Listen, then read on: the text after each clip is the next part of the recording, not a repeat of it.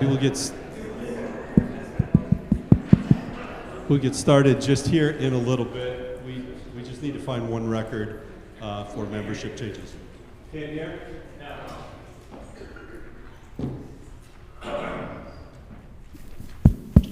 We'll get started in just a little bit here. I'm just pulling up one record for membership changes to bring to your attention.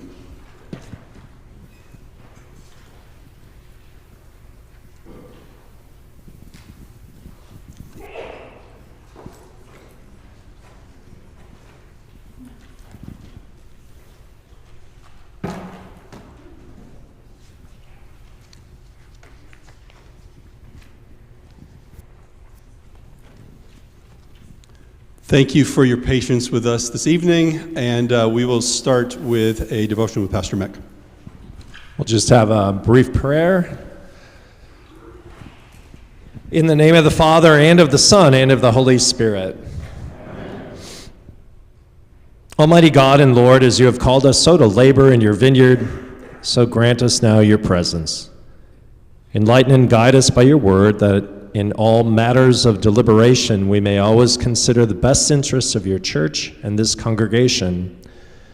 Let your Holy Spirit rule and direct our hearts, that in the spirit of Christian love, we may present and discuss matters and be kindly disposed toward one another, to the end that all we say and do may please you, through Jesus Christ our Lord. Amen. Thank you, Pastor. We'll call this Voters Assembly meeting January 21st, 2026 to order. We will start with membership changes. You'll see in parentheses it says see attached report. Don't try and spend too much time trying to find that. I don't think I gave that over to Ashley to get into our records for tonight.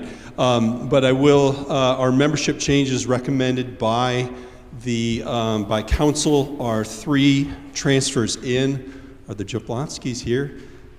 What's the pronunciation? Siccioni? Thank you.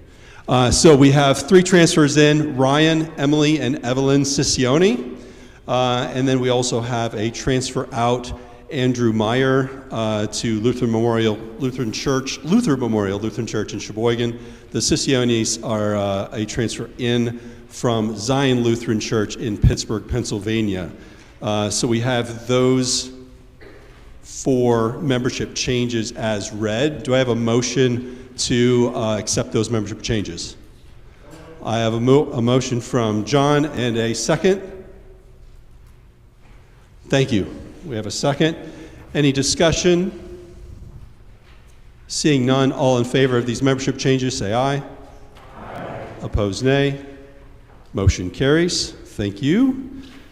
And we will move then on to reception of new voting members and signing of registry. We have 6 new voting members, and as I call your name, I will ask you to stand up. So Judy and Dave Van Waddingen, Lori Verveld, Lori Schultz, Jim Schlieder, and Marion Lindsay. Thank you. We have a motion to approve these 6 individuals, as new voting members of Trinity Lutheran Church. Do I have a second? Second. Thank you. Any discussion? All in favor of accepting these new voting members, say aye. Aye. Opposed, nay. Motion carries. Welcome to voting membership of Trinity. I will ask you not to come up and say anything, but we do need to have you come up and sign the voting registry book here in the front. And if you could do that now, that would be wonderful. Thank you. You've got that. Wonderful.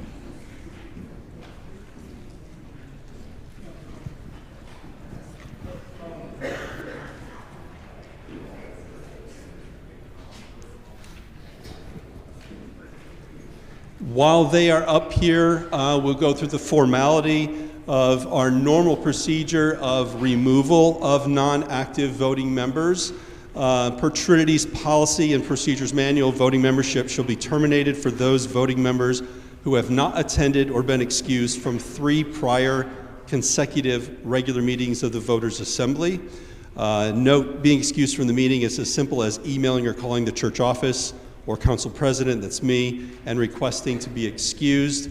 Some folks have asked, is it acceptable to excuse your spouse when you come up to sign the book, and that is acceptable as well.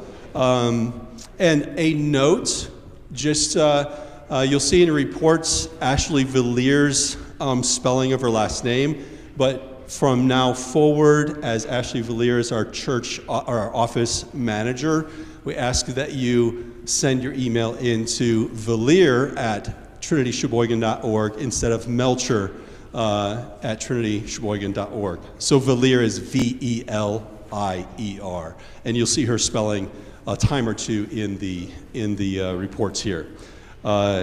So anyone that attends a regularly scheduled voters assembly meeting can be reinstated as an active voting member on the voting roster, as we just witnessed. I know this is a little bit of a formality, but at this point we do not have any members to bring forward for removal from voting membership. So we're thankful for that, and so we can move on with the rest of our meeting. And it happens to be a good filler of time while these people sign their names as well. So thank you all for that. Thank you, Jim. Welcome.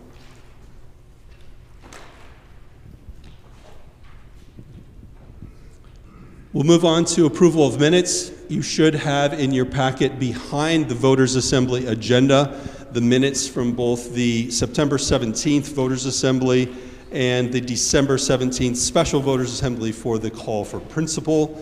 Do I have a motion to approve these minutes? Thank you. And a second? Thank you. Any discussion? We're trying to make it a practice to have these minutes in the lounge and the narthex of the church on the Sunday prior to the meeting. They were there for that purpose, so in case in the future you're looking for that, so you have time to go over these minutes ahead of time, you're able to do that. Any further discussion? All in favor of these minutes say aye. Aye. Opposed, nay. Motion carries. Pastor. We need to add a few more since the September meeting. So if you were to go for transfers in, it would include, besides the Sissionis, it would be Patty Ponto, Amelia Clovis, and David and Judy Van Waddingen. Am I saying that correctly? Yes. So they've come in since September, and then transfers out would be the Wingfield family. You can see in my report from that part down. Did you mention where this was located for people?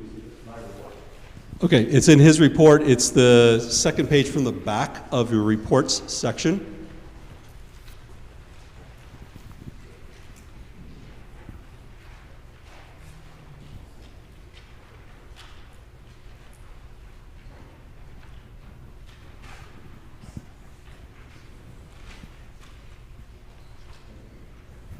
So yeah, in the back, what you'll see is from on the transfers in, starting at Patty Ponto, with the four names there as Pastor read below: Patty Ponto, Amelia Clovis, David Van Waddingen, Judy Van Waddingen, and then the Wingfield family, the six names there that we have.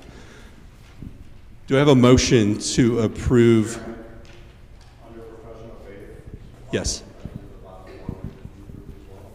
Okay, Dave is bringing to attention that under profession of faith, the bottom four would need to be brought in as well. Thank you for this clarification. I appreciate this. Okay, so the names for consideration, I've read the ones of transfers out and the transfers in, and then the four profession of faiths that have happened since the last Voters Assembly meeting are Matthew Seablum, Brenda Steffen, Brian Homick, and Kate Hasenstein. What I'm going to do is ask that we have the motion for all of the names listed as we had voted on before. I'll explain in a little bit. So do I have a motion to approve all of the names we mentioned in the previous vote and this list that we just read? Excuse me? Okay, thank you. We have a motion, approval of the motion, and a second. Any discussion? I'm going to just bring up a matter of order and ask for an opinion here publicly. Our normal order is that we should approve a person's membership into the church first and then bring somebody into voting membership. So I think the order is that we will also reconsider our previous vote for voting membership as well to be in the proper order of things. Any objection to that? I think that's the proper order that we should go for this. Okay, we have a motion in front of us. Any further discussion? Okay, seeing none. All those in favor of approving these membership changes, say aye. Aye. Opposed, nay. Motion carries. Thank you.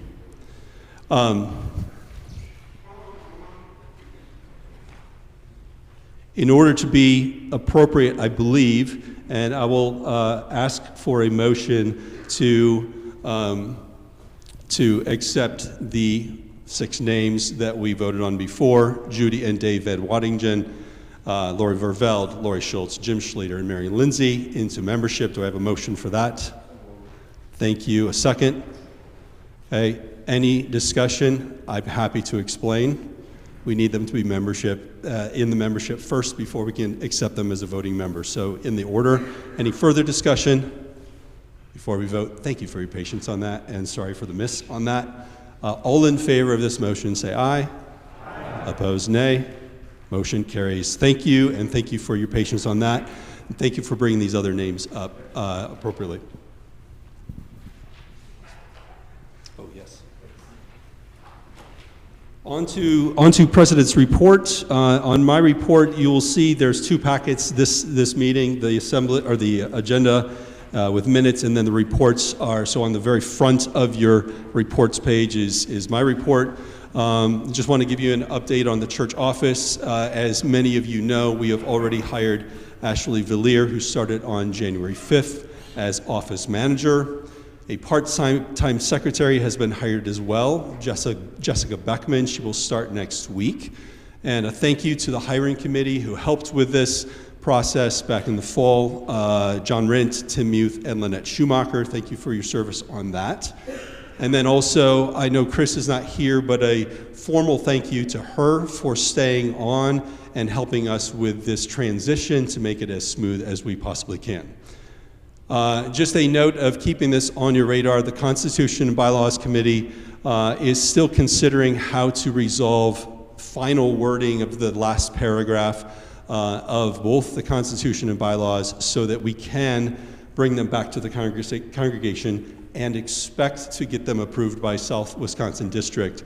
They were not approved by South Wisconsin District the last time, and so we are working through that wording. Slowly, I will admit, but this is a conversation we still need to have, and we will be bringing this back to the congregation in the future. All right, we will move forward unless there's any questions for my report. We'll move on to the next order of business, which is the Treasury's report. John, are you here? I didn't think I saw him. Yes, okay. Thank you. You will see John's report after the first about, let's see, page 5, page 7. So what would be equivalent of page 9. In your report section, you will see the Treasurer's report in front of you. We don't have the specific numbers in front of us here, and you'll see some commentary on the voucher that will be useful for you later. So the first third or quarter of the page is the report, which is some of it is listed here. I'll go ahead and read this and welcome any commentary afterwards. We're currently running a budget deficit of $53,000, and some of these factors are higher utilities, lower enrollment than the last few years, maintenance costs have been elevated, and the child care has been running at as a 6-month loss. We had a fairly low enrollment through the summer months, if I'm not mistaken. But we are still strong in our cash position as well, savings also. Any commentary for the treasurer's report? Okay, seeing none, we'll move on to Board of Elders. Jeff, no report at this time, right? Okay. And then on to Board of Christian Day School. We've been asked to host a continuing education conference at Trinity entitled Faith Formation Through Worship. That's led by Dr. Sam Etherton, who you may remember. So the Board of Elders has approved that, and we'll be hosting that conference sometime in the summer.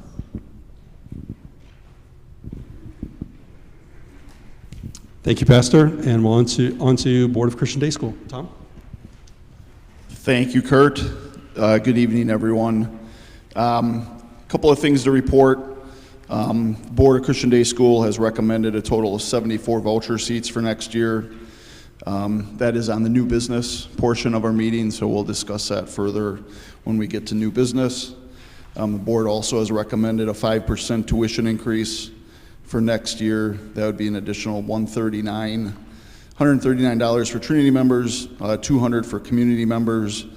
We have also brought into the tuition amount the following items that have been fees in the past: yearbook fee, field trip fee, and a new technology fee. Those 3 fees will add approximately $110 to the annual tuition. And lastly, call committee for principal brought forward 3 candidates to our special meeting December 17th. Dr. Stephen Witt was called and has accepted the call and will start in May of 2026. I want to just thank everyone that helped out throughout this process. Eric? Tom, just a question on the tuition increase. Yes. Is the $110 part of the other 2 increases, or is that in addition? That would be in addition to the 139. Okay, thank you. Yeah, the technology fee is $50. The field trip fee, yearbook fee is $20, and the field trip fee is $40. So that's how we got to the 110. And there are people on the board that you can actually deduct that from your taxes. So we just figured we'll just add that too. And these are fees that people that are actually the voucher students pay for as well. So they'll have to, it's not included in the voucher seat.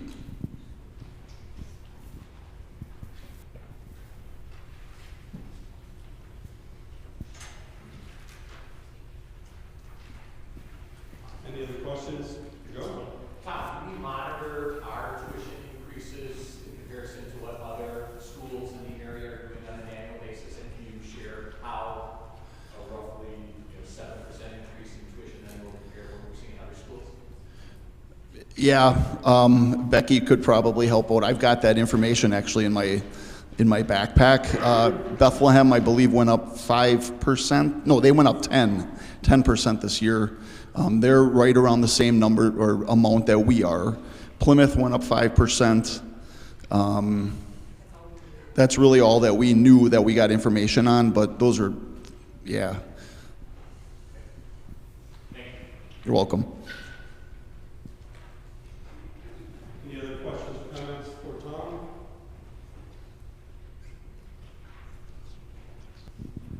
Thank you. I got out of order with the agenda, so in case you guys were noticing, we should go back to Church Council recommendations, number 7 on the agenda.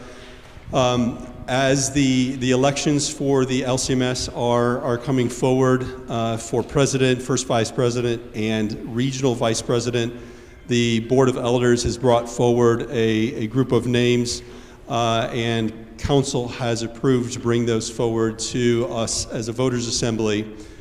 So we are bringing forward these names for nomination for president. We have Reverend Matthew Harrison, Reverend Christopher Esgett, First Vice President, we have Reverend Peter Lang and Reverend Bradley Finnern, and then Regional Vice President, Reverend Dr. Jameson Hardy and Reverend Eric Skovgaard. Our order of business is to approve these nominations for Trinity to send these to the Synod and moving forward in that fashion. So do I have a motion to approve these nominations? Thank you, Alan. Second, Eric, thank you. Any discussion? Yes, Eric? Just the question was asked locally here. Where do these names come from? And I believe that the path was pastors through elders to council, now put place before the voters. Is that correct? That's my understanding of the order, starting with pastors. Knows that we're not just that these names didn't just appear, that there was some other thought given, because a lot of people here would not know these names. Yes, thank you, Eric. So that pathway, in case you weren't able to hear him in the back, is that we do have these names brought forward to us by the pastors, and then, yes, to elders, then to council, and then we bring them to voters' assembly, and then, if approved, we bring those to the synod. Thank you, Eric. Dr. Tomish? Just a point of order. Dr. Jameson Hardy is president of the Concordia University System. Would he be eligible to be vice president of the synod? Yes, he is. You can serve, you can't serve two elected positions, but you can serve one elected and one appointed. Thank you. Okay, thank you. Any further discussion, comments, or questions? All in favor of this nomination, say aye. Aye. Opposed, nay. Motion carries. Next order of business, recommendation from council is to fill the finance coordinator position.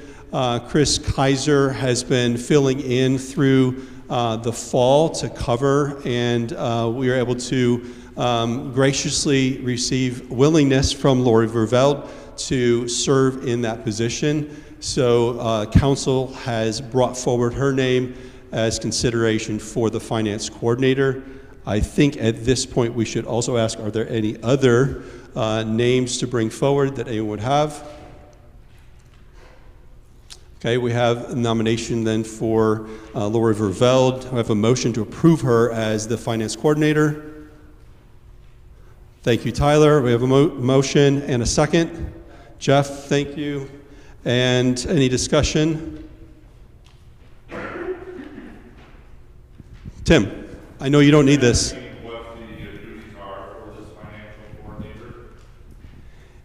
Largely, it is, I'll give you my version, and Lori, if you want to add to this, you're welcome to do this. But, a large part of this is coordinating the counting of money that come from the plates. So on Sunday mornings, this group meets at the Bible class hour and is taking care of counting the donations or the offerings that are coming in.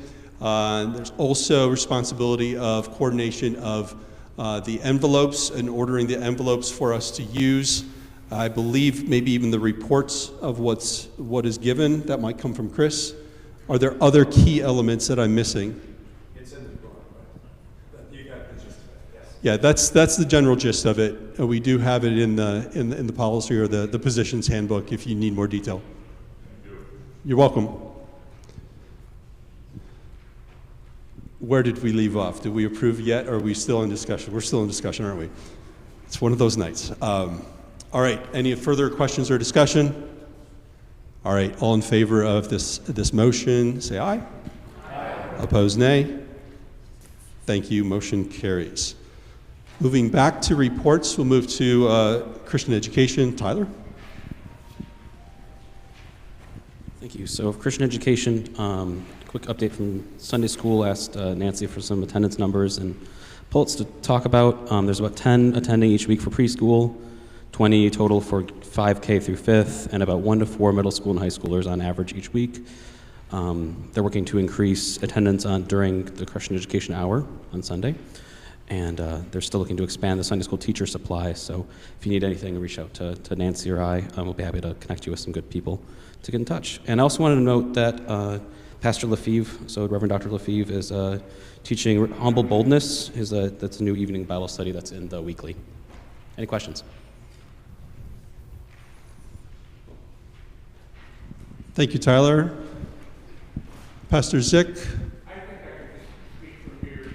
There's nothing particularly special to the report from the evangelism. The good news paragraphs continue, and I encourage you to read them and try to implement them in your life these weeks.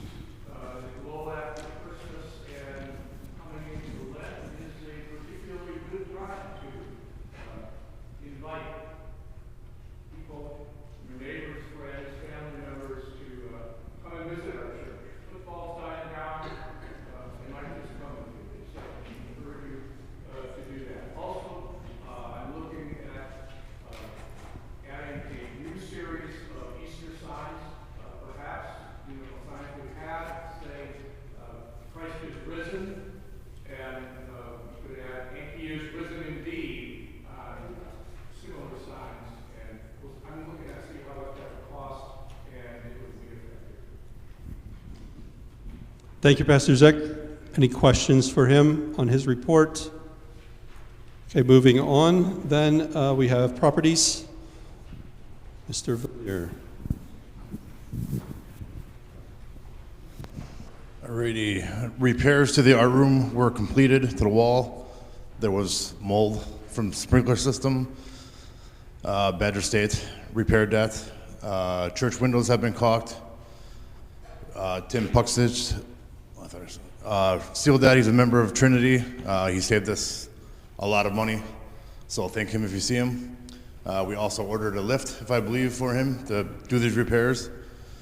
There was a sewer backup earlier in the due to tree roots. Edgewater repaired that, and a cover has been replaced over the switch for the boiler room because we had an accident, as most of us know. So, other than that, I think that's it. Any questions? Joe, speak out, please. Kyle, can you give a little better explanation as to what the caulking on the windows involved? I mean, there's still a lot of draft and cold air that comes in. But so what do we do exactly? That is I know this because there's going to have to be major stuff done with the windows. Right. So caulking keeps the weather out now. Yeah, he was up and he caulked all the exterior. There was, the caulking was wearing out and falling out, so he redid all of that. But if you look, in a future, and how many years we'll have to do that, but at some point in the future, those need to be redone, and that is not an easy thing to do. But for now, they're good, they're watertight for now, and we thank Tim for helping us out to do that. He got a lift, and he's done it in the past. And same thing was with that window in by the art room. And we didn't realize somehow the sprinkler system got turned around, so it was spraying at night toward the building and just going right down into the art room. So both of those things have been fixed.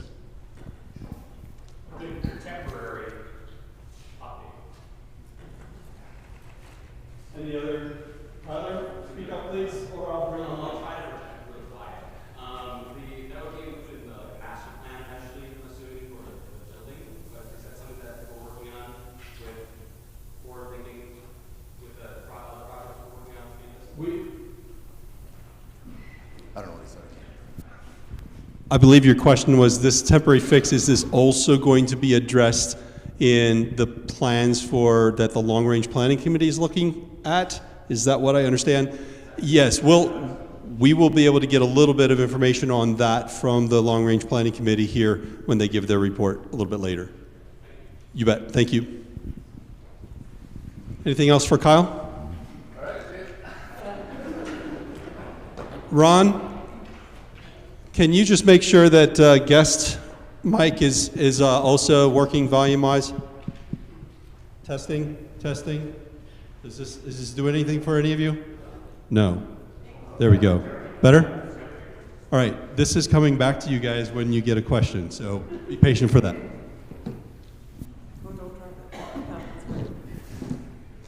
Okay, next report is human care. Matt.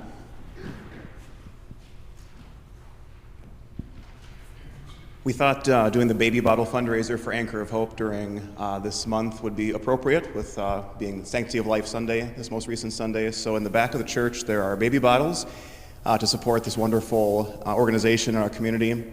Please take a bottle before you leave tonight. If you haven't done so already, they're due back on February 15, so there's some time yet to fill them up. I did list the dates for Trinity's participation in the community cafe meals for those in need. These are on select Saturdays throughout the year. Just for your awareness, are March 28th, June 20th, September 26th, and November 7th. And we are currently training 5, my report says 4 mistakenly, 5 new caregivers for ministry, and their training will be wrapped up here in about a month and a half or so, so we look forward to commissioning them in the spring and welcoming them into our support team. Any questions for Matt? Yes. Matt, I've noticed in Sunday prayers the increased number of deployed soldiers, men and women. Do we do anything to sort of let them know we're thinking of them? I'm thinking of Naomi that went to Japan, and others that they know as a congregation we're active, not only praying for them, but thinking of them? I think it's a great idea and something we should consider in terms of another facet of our congregation to support from a human care perspective. So definitely we'll take that into consideration. Yes. Other comments or questions for Matt?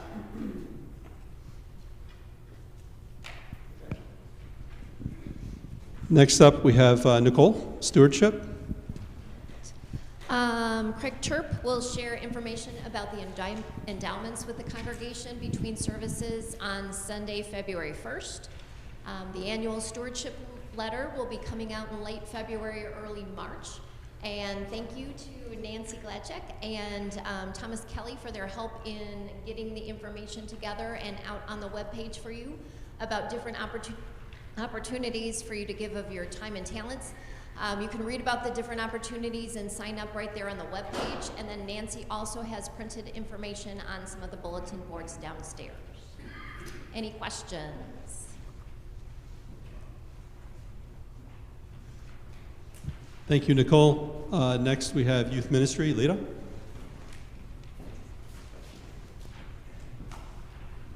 All right, so our November meetings, we did a movie night featuring Captain America. And Pastor Shive did a nice devotion, kind of linking it back to how it relates to Christianity. Good? Okay. And then we did a yard cleanup project with the Human Cares group. Ultimately we ended up at the ministry center, and that was our biggest project. So we cleaned up the leaves over there. December, they did some Christmas caroling around the community with Pastor Berg. January, we had our brat fry fundraiser, and our next meeting will be this Sunday. We're going to be making no-sew baby blankets and tie-dyeing baby onesies for Anchor of Hope and Mary's Room. And then February 1st, we're having another movie night where we're going to watch Hidden Figures, and Pastor Shive is also preparing a devotion to go along with that. And then February 13th through the 15th, Trinity's hosting our Higher Things retreat. So, any questions? Generally, we have anywhere between, we usually have about 12, roughly. So I'd like more, so if you know friends, send them. Thank you, Lita. Next on the agenda, we will move to other reports. Start out with the Endowment Committee. Mike? The Endowment Committee reports are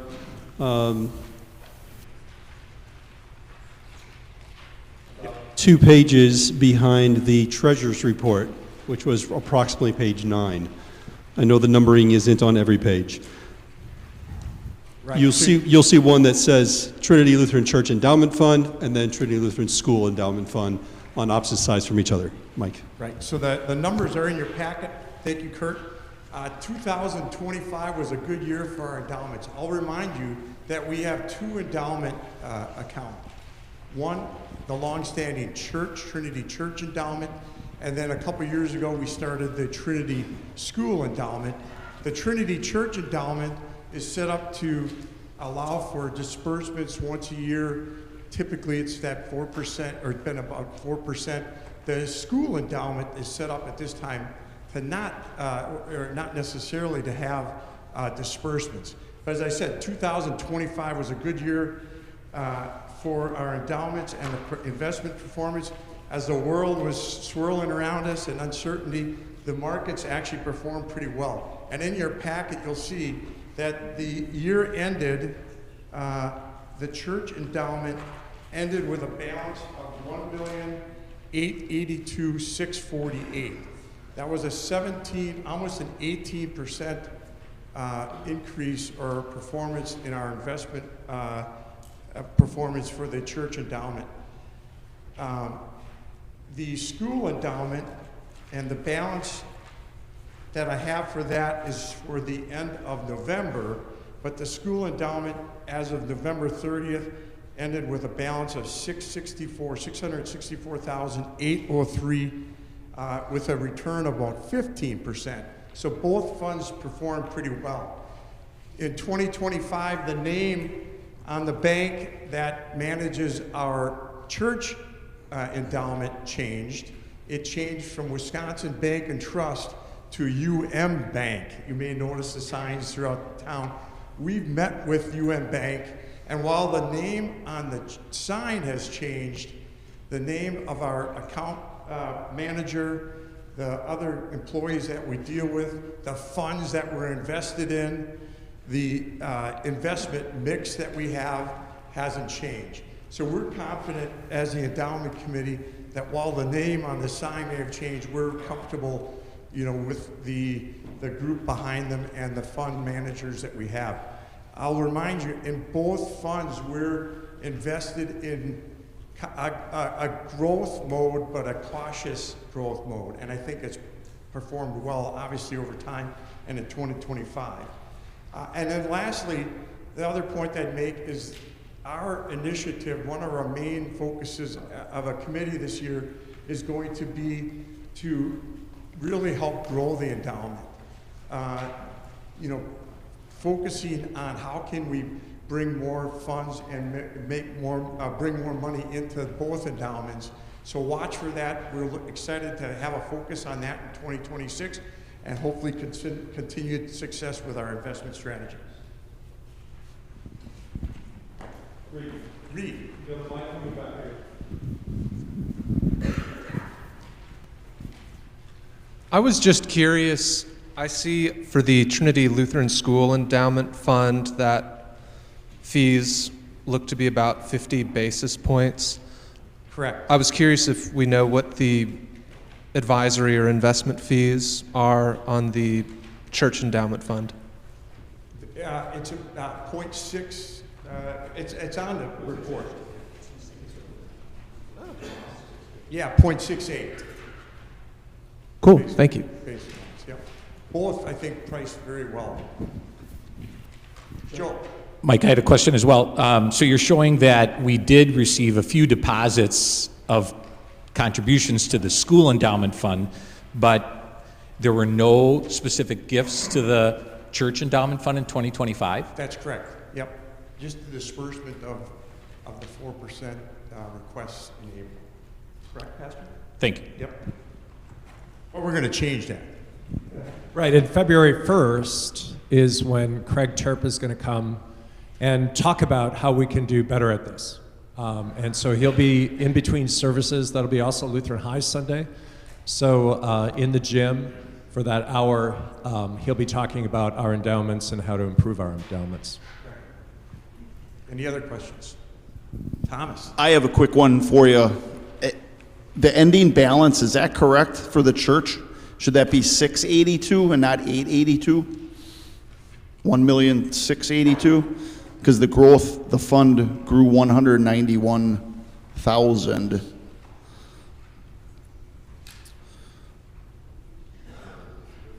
So I mean, if you went from 1491 to 1882, that would have been. Pardon me? Yeah, we had disbursement and fees. Are you adding that in? Yeah, of 65. So you add that to the 191. It's still going to be a little short. I just wonder if that number's like off.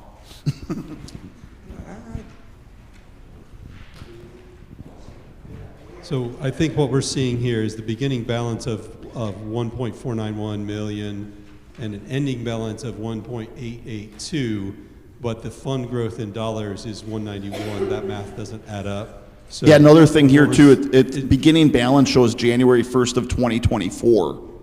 So I'm wondering, it's 2 years actually, so we only have growth for 2025 in here. Yeah, that should be January 1st of 2025. Yeah, yep.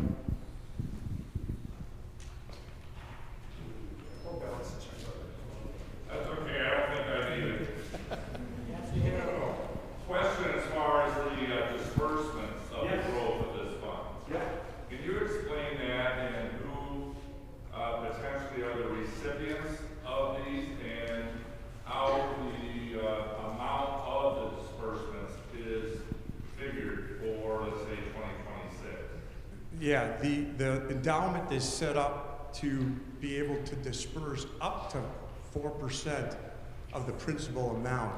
Now we take requests up until April generally is when we disperse.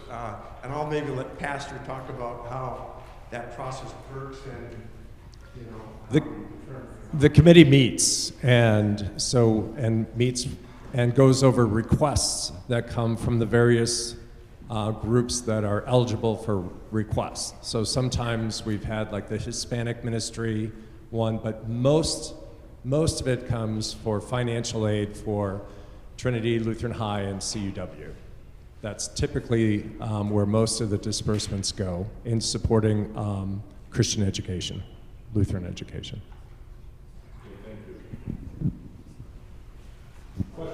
Reed. Thanks. Just one last question. I know it breaks down the equities versus fixed income versus cash, and just general curiosity, I was curious if you knew if it was more of a mutual fund investment strategy, ETF strategy, or individual stock strategy, or some combination of the three. Really a combination of the three. Yeah, and I don't have the exact breakdown. I don't know if Chuck can speak to that a little bit with, the experience you have, Chuck, with the actual breakdown, but it really truly is a mix. Yeah. Other questions or comments for Mike? What's the goal for the education fund before it starts dispersing? We don't have a goal yet. Right. I mean, yeah, we're really hoping to change the focus and start kicking off with Craig's thing here in March or in February, and then have a year-long effort to keep the endowment top of mind as people are doing their financial planning.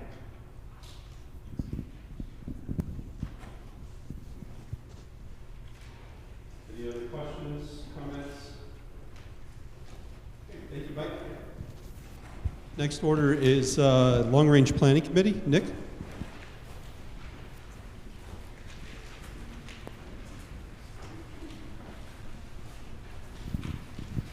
Some nice progress since I last spoke to you. I think either Houston Sprain or myself were sharing up on our updates. We've met with Abacus. We had church council approval to have them start drawing concepts to address everything church, school, and us as a Trinity organization. That includes everything to the bathrooms below. We had lots of conversations. Pastor Berg and I also even talked about the stained glass windows as part of that plan as well. That won't come till after we talk about everything underneath, above, to the left and the right of the church. So windows will probably come secondary to that, but that was part of the discussion on long-term. Do you do 1 or 2 windows a year? Do you try to do them all? Those kind of things. So that has been part of the conversation. So just to come back to your question there. We've been meeting with Abacus, and then J.O.S. Schmidt will also be our construction as part of that $15,000 is allocated to initiate that process. The questions about should we or when should we have already been agreed upon by many people. Yes, let's move forward. But now it's the what. So the second part with the what is if we're going to improve cosmetics in our building, if we're going to add classrooms, a gymnasium, the back parking lot was the primary location for a gymnasium that would not require us to consume our entire playground or to have to tear down part of our school. So the other option is using the ministry center, but the priority that has come from every single part of the organization is having as much here so our church, school, and gymnasium are all connected, because the moment you start to separate things, yes, we have our daycare and ministry center over there, but it also facilitates parking, drop-off, and a great center, but we'd even love to have that here as well. So the more we stay together, the more the church grows, the school grows, and they grow together. So that has always been, from every single group that I've talked to and led with, trying to keep us together on one site as much as possible. But we're landlocked, so the two things that the architects tell you is you either got to buy land or you have to go up. So we're hoping to do both. So Joe Lightpalm and Pastor Beck have met with aldermen in ours adjacent and at least another to do one more go at the back parking lot. Just to have other angles than just talking to the Weill Center and the city and the mayor, because we've had those meetings. So we're doing one more try at that while we're developing concepts for what we can do to improve cosmetically, expansion in gym, and all church things below, left, right, up, and down on the current property. So we've had those. We've had one preliminary meeting with concepts. Our group met, said, that's missing, we need to address that, we need to address that, and we threw that back to Abacus. I'm actually in contact with Bob and those guys often. Anybody that's on my email chain can see that I'm just advocating for everyone here. We have a really nice group, as well as Pastor Kurt and our long-range planning committee. So we're excited about that we're moving forward and having those conversations and making those real and start talking about the next 10, 20, 50 years. The big goal would be that we can come to some conclusions and get lots of feedback in the process, but that the 175th is one of those times when we can start to really rally. So I can't give you any promises that anything will be started by the 175th. That's just under 2 years or just over 2 years, and that's a pretty fast for any type of a large expansion and project, but we'd really like to double up with either starting, initiating, or a funding model with that. But no official decisions have been made. Back parking lot helps us a lot with, so we don't have to go all up or have to dig into our building in order to accomplish some of these tasks, because those will all cost us more money than acquiring a lot. And also gives us a lot of land security. More buffer we can get, the better.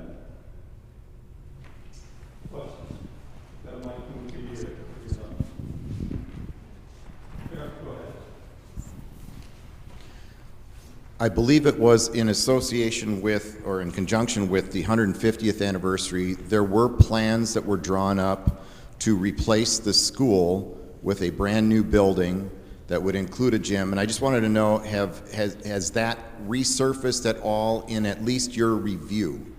We have looked at every single plan that has ever been made for all the different proposals of gym, school, and site. Even this one that was proposed when we were 1 or 2 days away from acquiring the lot back here and what that would look like.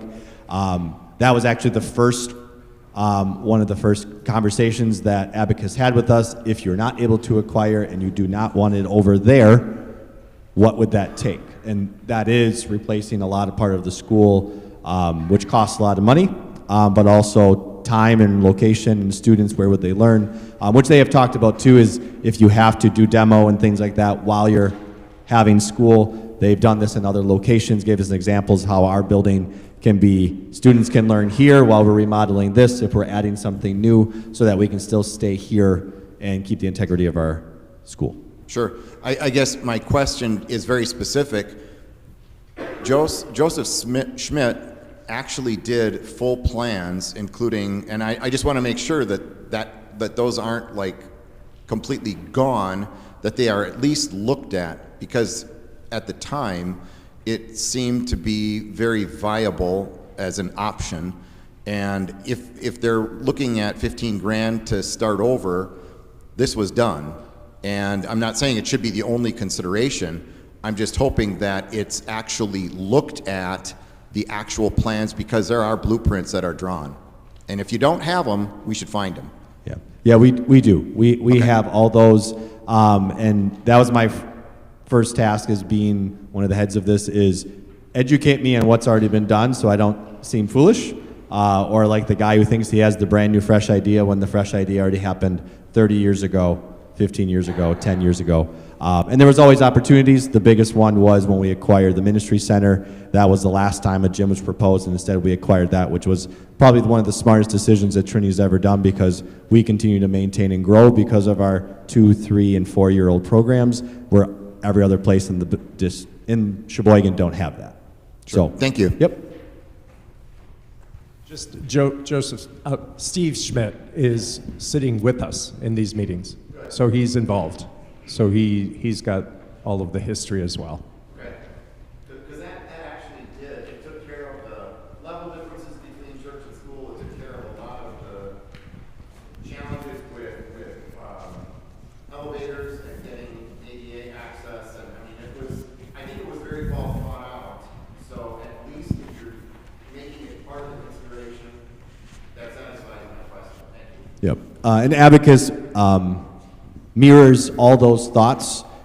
They've already pretty much matched the different places you would put an elevator to meet the 7 different levels that the elevator would have to stop at to go 3 floors, and that every floor is probably 2 to 3 levels each on it. So all those corrective measures and what you'd have to do to correct things without tearing everything down is part of that planning too. If the back lot is a possibility, that allows us to phase things out a little bit more. So if you phase 1 plus renovations that don't require any demolition, and then we can move the demolition and other things. So it really allows us to piece out the project. If we don't get that and we have to make other decisions, then it's kind of a bigger phase 1. Sure. Yep. Yeah, that's what I was going to ask. Are we putting all our eggs in one basket, that we're going to keep everything here at this site at Wisconsin between 8th Street and 9th Street as far as the expansion goes? Or are we developing some proposals going forward? The parking lot, as far as I'm concerned, as long as the Weill Center's there, it's been 3 years now since we voted to go ahead with that. And I don't see that as a realistic possibility as far as putting any buildings on that, as long as the Weill Center's here, or they're going to be controlling us. I still think, and I've talked with certain people in the congregation, I really believe we need to look at that ministry center over there. And I'm just throwing this out, and I think it really needs to be considered to make that a junior high campus over there with the gym. I think that makes total sense to me. My grandkids are involved with a lot of the gymnasiums. They go to Hales Corner down in Milwaukee area. I'm not advocating for a gym like that. I mean, they have a actually beautiful facility, but we've been to the one in Grafton and what other Lutheran school gymnasiums look like. I can't see us having the room for that on our parking lot here anyway. But I really believe that the committee needs to go parallel, not put all our eggs in one basket, saying that, oh, we're going to build up. We know that's going to cost millions more to do that. And they should develop at least a concept in going forward and look at what it would take to possibly make that into a junior high campus with the gymnasium. Maybe even thinking a lot further forward is like we have Lutheran High School obviously here in Sheboygan now. Maybe that needs to be a junior high, Lutheran junior high, to feed into the Lutheran High School. But I think we need to develop this in parallel, not do everything to have it done here. Because quite honestly, I don't see that happening anytime soon, especially with that parking lot being the main crux to make it happen. I don't see, unless you tell me that it will. We'll put the gym up there. But I don't see, as long as the Weill Center has finger in this, and it's been 3 years now, that idea is not going anywhere. Yeah, and I will say I'm always a realist. I was a member at Hales Corners Lutheran before I came to Trinity, so I know that gym and that church well. Both of my children play basketball and lots of sports, so anybody in the committee can commend that. If anyone's shouting out, do not build a tiny gym that won't fit any of the needs, and I'll have to sit on a phone book in the corner in order to fit in the gym, I'm the first guy to tell them that's a bad idea. So just know, same page. Second, the junior high model with the gym over there, because it fits better to have older kids have to walk over to the sanctuary. We're having the younger here. Two counterparts of that is you still have to have a daycare center that's approved, which is a very valuable thing, which that already is. So that's a valuable commodity that you would not want to jeopardize, so it may have to be separate. So that is, both of those things were discussed at their very first meeting on let's not throw all our eggs in this basket. But while we're planning, we make that one of the plans. We make a plan, we don't have that, and we stay here. And the plan to already build a gym in an additional school setting has already been made for that from the past record as well. So we won't have to recreate any of those wheels, but they're ever present. I think the best package is what's going to happen. And if we can have it here and have that lot, great. If we can have it here without the lot and still meet all those needs, trust me, I told Bob at Abacus, make that gym big enough for 2 courts this way, 1 court this way, that we can sit and actually watch things. So that is part of that deal as well. Like I said, I've been in a lot of gyms too, and a lot of people have done it wrong, and there's some people who have done it right, and we don't want to look back and do it wrong. So, thank you. Thanks, Nick. I was just going to share that we have had some positive, refreshed conversations with the city on the parking lot. And specifically, as Nick mentioned, we've been meeting with individual aldermen and women. We've had 2 good meetings, but there are 10 council members. So if you have any type of personal or professional relationship with any of the current alder people, we would enjoy knowing that. Because developing whatever connections we can with members of the council could be positive to us. So again, if there's a neighbor, if there's a professional, a friendship relationship, let us know and we can use that in our conversations. Thank you. The only other element I would say is obviously the gym is a big one.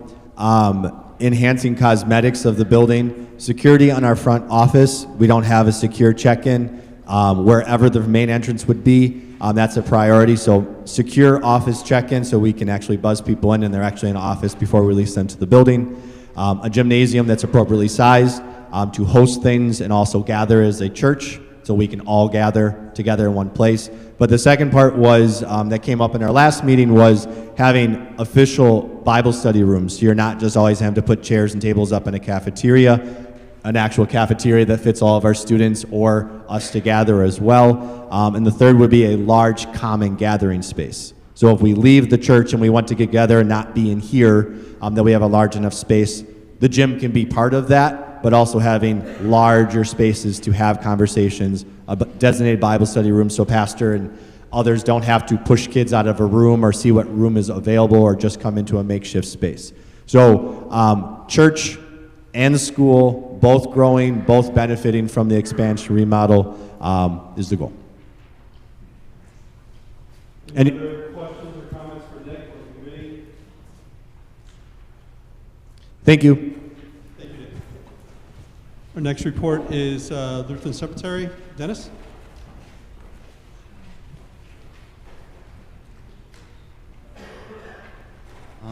For 2025, we had 56 burials in the cemetery. 42 were in ground and 14 in our mausoleum. The second point, our cemetery office is now, the work is completed, and as of the first part of December, we moved back into that office, which is very, very nice now. Our cemetery sexton, Mike Werner, has been out on with medical issues since October. So the board has been filling in and performing all the sexton services at the cemetery. So hopefully we'll get Mike back here, at least in some limited capacity, in the next month or month and a half. The board is also planning a price increase for plots and other services at the cemetery. We haven't had any kind of price adjustment for the last 5 years. And the board does want to thank Deb Speck for her service. Her time is up on the board, and we are also looking for an additional board member. If anyone's interested, please see me. Any questions? Thank you. Thank you, Dennis. Our next report is Lutheran High, and Jeff will, as our advocate, will give us our report. You can see the bullet points listed in the packet. I'll just touch on a couple of them. Enrollment for next year, the freshman class is looking really good compared to the previous year. Also, for the alumni, there is the brand new newsletter called The Shield. So if you didn't get that, reach out to Lutheran High and you can be put onto that list as well. A lot going on at Lutheran High. Winter sports are in the middle of their seasons. The honors band just had the 11 students participate in that. So, any questions?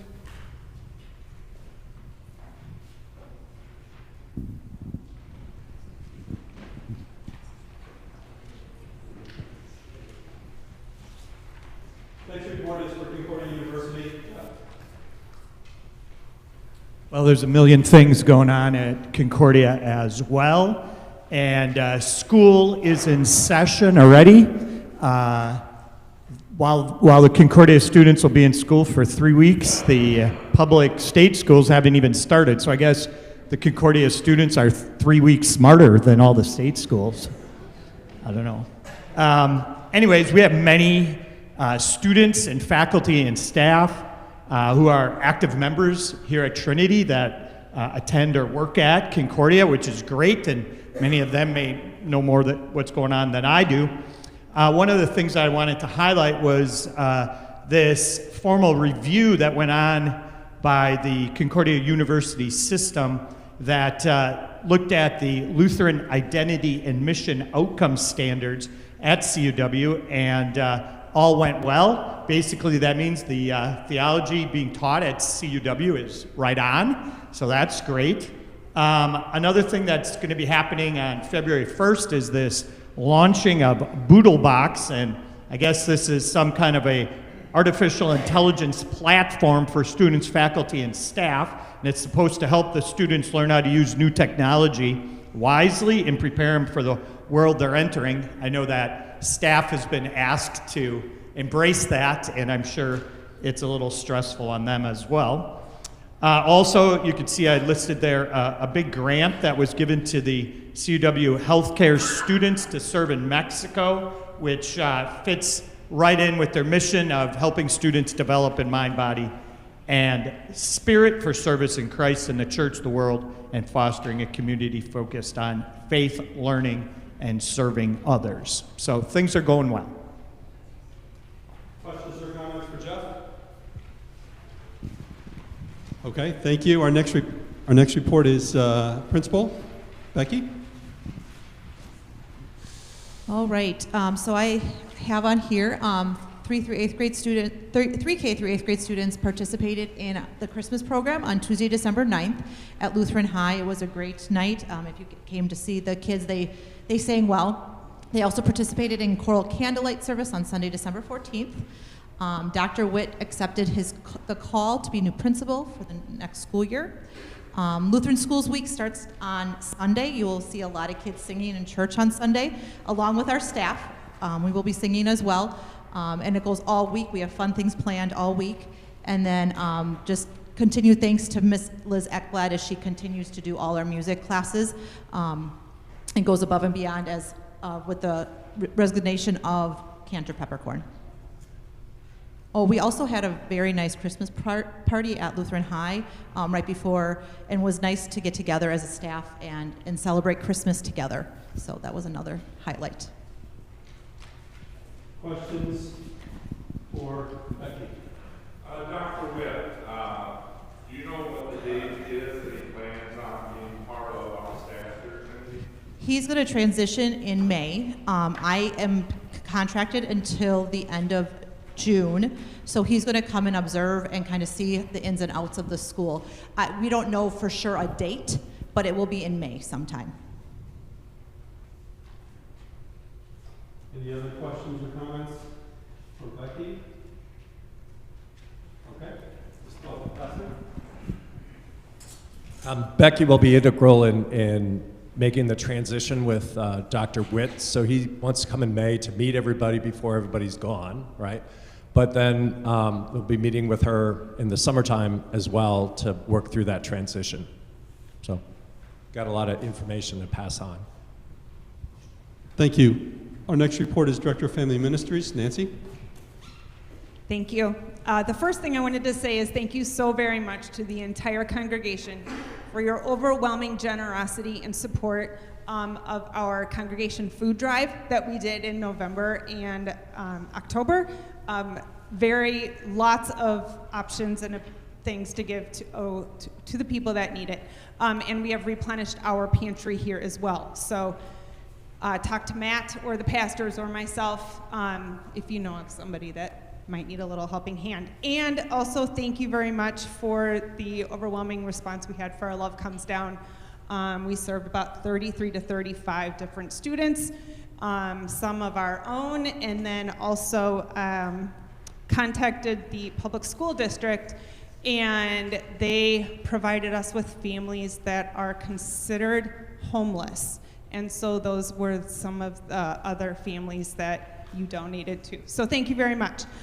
The first thing I had on was we had a very successful Advent by Candlelight event in December, brought back the evening activity, attended by 65 people, had a fantastic charity. We were able to raise $400 to send to them. It was a wonderful night, very simple, and just enjoyed by many people and positive feedback. So the next one is December 3rd of 2026. So ladies, put that on your calendar. You can do that now.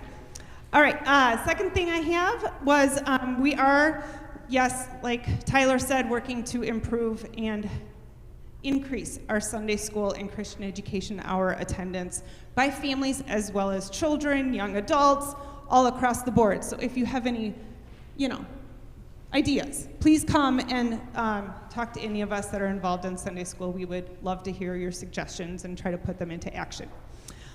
All right, my third thing, let's see here. Planning, thank you for putting in your emails. For the last 2 Sundays, we are still happily collecting emails. Today I sent out an email, and a lot of you got it. And so that was very exciting. I only had a couple returned, and I made contact with those people and got those emails corrected. But yes, please, we sent out one for our Dine to Donate tonight. Because, right, sometimes we just miss putting things in the bulletin. Sometimes we don't get it in the newsletter in time. This is a great, easy, fast way for us to communicate with the entire congregation. So no, we are not selling your emails out for some, spam or whatever. Really, we are keeping them private. But please, if you have not given your email to Chris in the last 3 or 4 years, or have given it in our register book the last few Sundays, please do so. I picked up every single one the last 2 Sundays, and I have entered all of them that were written down. So, thank you very much. Keep them coming.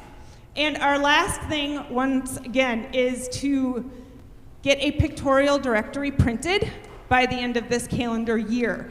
And we are trying to do this as easily and cheaply as possible and not to inconvenience you. So, one reason we have the emails is please send me a picture and pass the word around of your family with a clear picture, not in the shade preferably, but with your people in your family that are members of Trinity. So while we love to see those wedding pictures of 15 people, if they're not all in actual Trinity members, we, try to find one that just has those of Trinity members, or even if it's, you know, a couple and not both are Trinity members, whatever, it's fine. But we're trying to get those into the pictorial directory, because once we have the pictures in, which I can do for you, you just have to email it to me, I can print one. We can send it to the printers, we can print it. You don't have to show up for any special photography appointment, go through the sitting. You don't have to do any of that. We're trying to make this as easy as possible. And then come Easter, I'm hoping to schedule a couple of local in-house photographers to be available for families to get their pictures taken as well. So that is the big project for the next 10, 11 months. Thank you. Any questions, I guess?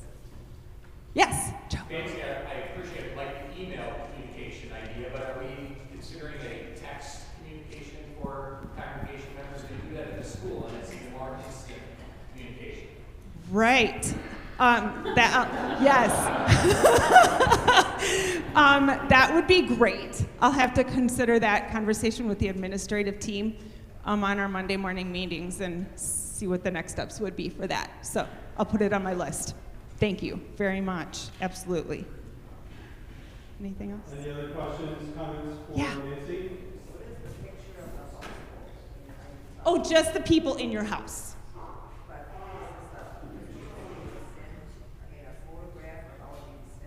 Yeah, you just send it by email. So if you take a picture on your phone, there's a little part on there that says share. And once, absolutely. Or you just come see me in the office and I'll help you out. Absolutely.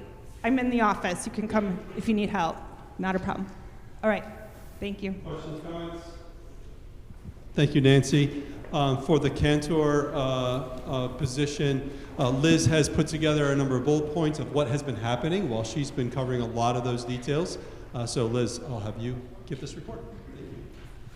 I wrote a lot, so you can just read through most of it. There's a lot of upcoming dates and events coming up, especially the school musical. The kids would love if you came. Free admission. It's at Lutheran High on some date in there, February 11th. A huge thank you to Julie for playing, and Nancy, wherever you went. And Connie's also been playing, and Pastor Berg and I have been doing a lot. So thank you for your patience and working with us as we try to fill all of this. The call committee did start meeting last night. We so far have 26 names collected, and there's still time. So if you have any more names that you'd like to submit, you can give those to Pastor Berg or Eric, he's here tonight. We are hoping to have a special voters meeting by the end of February, so be looking for that announcement as it comes, and we'll start doing interviews. It's too late for this. My brain is stopped working. I don't think there's too much else that you can't read, but if you do know anybody else who plays brass, we really could use that for Easter. I'd like to get more people together for that. Even if it's community members, please give me their names. Do you want me to say that? Yeah. Sure. The call committee consists of Eric Nimmer, who's the chairman, Pastor Berg, myself, Reed Schmidler, Maddie Zeman, Jim Schlieder, and Hans Otten. Did I miss anybody? And Becky, of course. And Becky Trutchell as our interim principal. Thank you. Questions, comments? Jim? Is there a timeline that we're looking for as far as getting the call out to the candidates? Yes, so we meet again on Sunday to discuss candidates further and then decide who is available for interviewing and things like that per the usual process. And then by the end of February, we're hoping to have a meeting, to have a special voters meeting to call. Thank you, Liz. And we're on to the pastor's report. I had a wonderful Christmas and services and so forth, and with everybody's kind of pitching in and helping while we've been short-staffed for some time now. So the way we've kind of worked it out is I'm doing more shut-ins, right? So that Pastor Berg, he is really picked up to help with the choirs. So we've just kind of made that work. So he is putting in a lot of time with the choirs and leading the choirs. And then my way to try and help that out is to to take more of his shut-ins. He still does some of the shut-ins as well, but we're looking forward to getting full staff. It's great that our principal has been called and accepted now, and we're hoping to fill that contract position soon. I thought this was kind of interesting. Number of listeners on our podcast at Trinity for the last year was 3,500. And number of Divine Service viewers at Trinity on YouTube in 2025 was 282,791 from all around the world. That's pretty amazing when you think about it. We have our new members. We have 40 new members in this past year. And there's some new ones who are coming in now soon and going through classes as well. I know it's late. We have one more thing on the agenda. Any questions that you have of me? Or Pastor Berg, do you have anything? Where are you? Pastor Berg needs more choir members. Give him, yeah. Go sing with Pastor Berg. Thank you, Pastor. We do not have any unfinished business listed on our agenda, so we'll move to new business, which is a recommendation associated with the voucher program, and I will let Tom introduce that to us and bring it forward.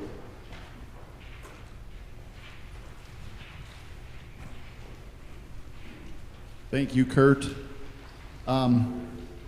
This is actually on the page after John Rintz report with the color-coded barcodes. This is the recommendation that was given to the executive committee because it had to be voted on before our council meeting last week because the state did move. Can't hear me? Speak up. Speak up. Okay, I'll scream.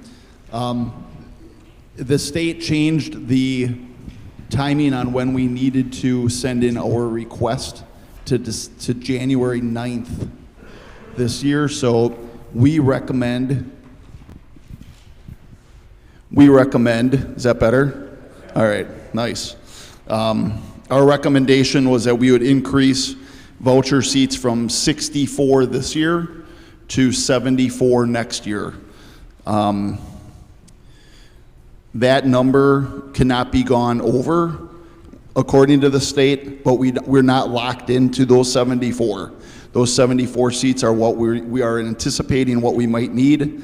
Those would cover staff member children that are eligible next year, along with siblings of existing seat holders, as well as a handful of people that would come in that are not enrolled at Trinity right now. So it'd be an increase of 10 voucher seats for 26-27. Just a little backstory here. The 8th grade class this year has 1 voucher seat that's going to be relinquished after this year. And the 7th grade class from this year, which would graduate next year, has 4. So we're only going to be getting an additional, or 5 seats that are going to be relinquished between this year and next year. So we do believe that this is going to be a temporary number that we believe if we don't do it, the key thing here is the siblings. We could lose a bunch of voucher seats right now if we don't give voucher seats or allow voucher seats to be given to siblings of people that already have them.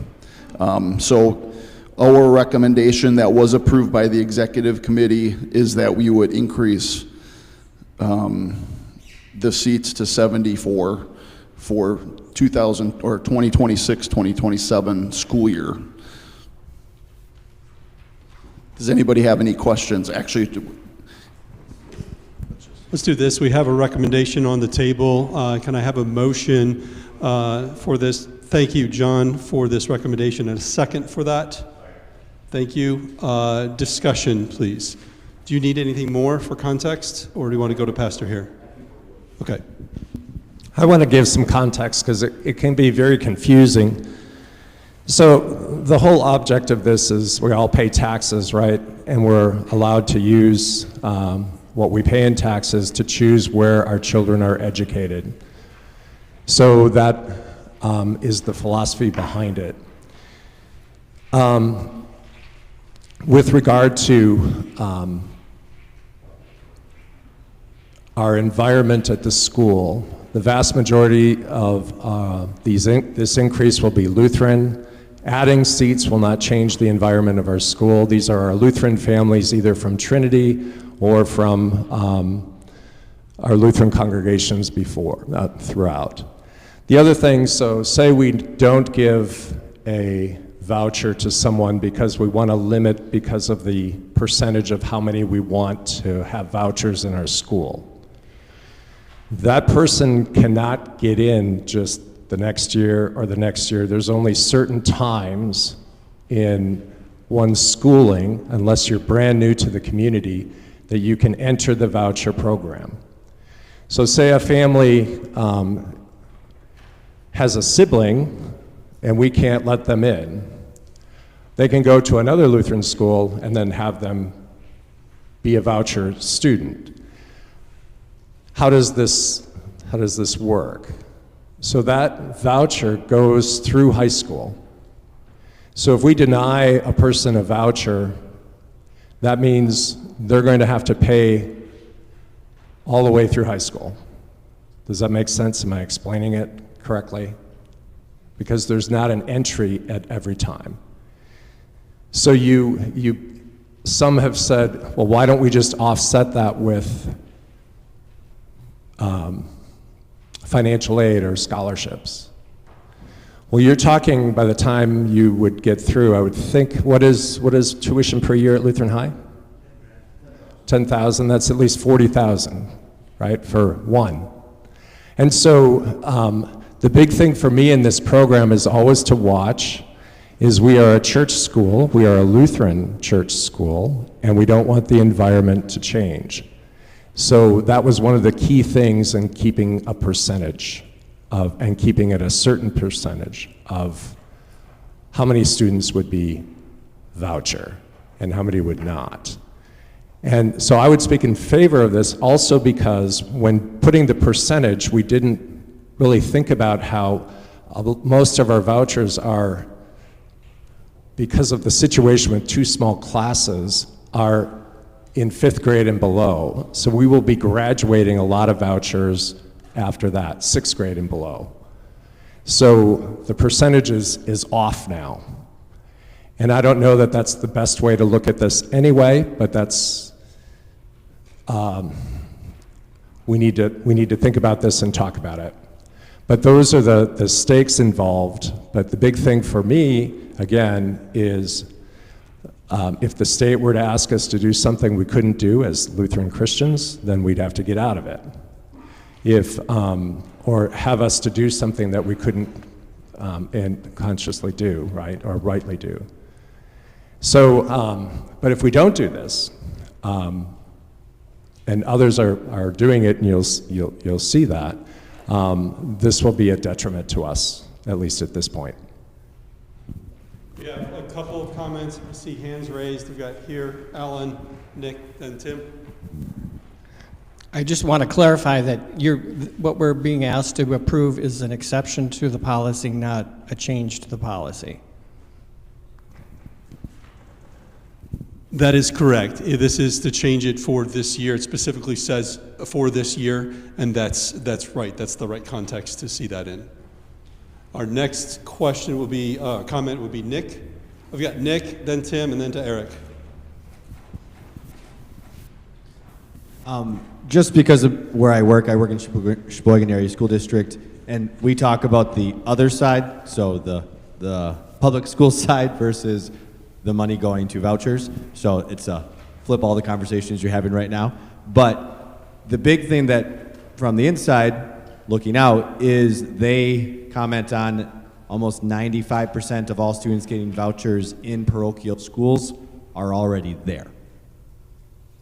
So they're not really losing kids to us. It's kids that are already in our schools that qualify so their money can follow them where they already are. So because they don't want to paint the picture that the public schools are flooding children to all the parochial schools. because they're not really doing that. Most students are already here and they qualify.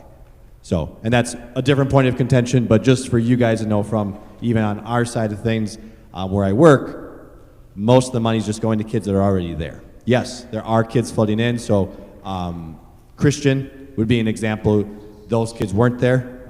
That would be one organization that has a lot of transplants that weren't already there. I'm receiving that money.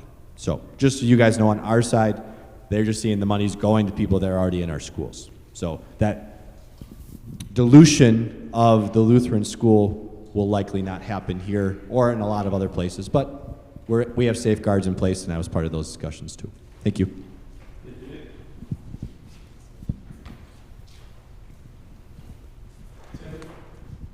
I guess personally, I'm a little frustrated with this whole subject. It seems like when the numbers don't meet up every school year, the executive of our congregation come to us and ask us to increase the percentages. When Karen and I joined the church, it was at 25%. And just a couple years ago, I think it was, a year or two ago, we raised it to 30%. And now we're coming in and asking for a 1-year exemption, and I'm saying that we're going to raise it again. I think we need to look at the real crux of the situation that's going on here. Number one, the reason we have the vouchers is to bring in people that are not capable income-wise to come in. Well, and what that means is that is state subsidized to our schools. You get a change going on in Madison in however many years, and of course Joe Lipham knows more about this than what I do. And this could happen down the road, whatever year it is, depending on who's in control in Madison. If we get too high of a percent of these vouchers in our school, that's almost a potential of us shutting down our school completely, because we won't be able to afford to run our school based on what we have. So as long as we keep delaying the root cause to this situation, which to me is we're not getting the number of students coming in our school, specifically non-voucher students, to keep feeding in from the preschool, coming in through the kindergarten and up through our schools. I think that really needs to be analyzed and addressed and looked at. Because every time we raise this voucher system percentage, we are increasing the risk that if in Madison they change the law and get rid of the voucher system, I know there's a ton of schools in the Milwaukee area that'll shut down. And I know too, Lutheran High, our Sheboygan Lutheran High has a high percentage of vouchers. Do we want to put ourselves in that situation here? So we need to, I think, look and see how we could recruit more children here. It's a deep subject. I know it's not an easy one, but just increasing the vouchers year after year, this will be the third time since Karen and I have been involved with this congregation. So how often are we going to do this? Personally, I don't support this. We really need to go through and figure out what is going on, why our enrollment is going down, and we're not able to build that up from our preschool going into our school. Okay, I'll tell you. I've been here 27 years. I've been here 27 years. We cannot charge what it costs. And we cannot charge what it costs because we've been really successful in being Lutheran educators here. We planted schools. Trinity is the mother church of all of the schools in the area. And the cost is artificially low because it used to be zero.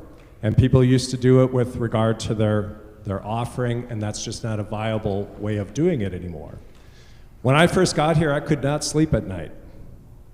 And the reason why is because we kept running up $150,000 to $200,000 deficits. And we just waited till someone died to take care of the deficits. You want to know why we don't have a beautiful school and whatever? Because we don't charge what it costs. I mean, if you go with what we charge, I think last time I looked, it was like $1.50 an hour for our teachers. But and so it's been supplemented all of these years.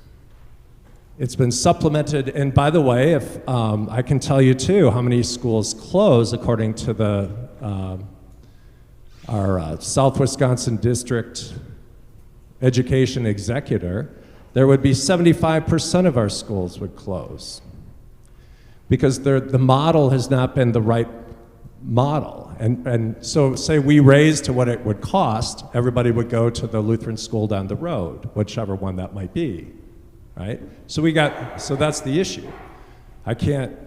We can't charge what it costs, but we want everything, right? This has been the thing all along. So the strategy has been to use, again, it's not the state's money, it's your money. To use your money for your child in a parochial school, which is a great thing. That's a really great thing.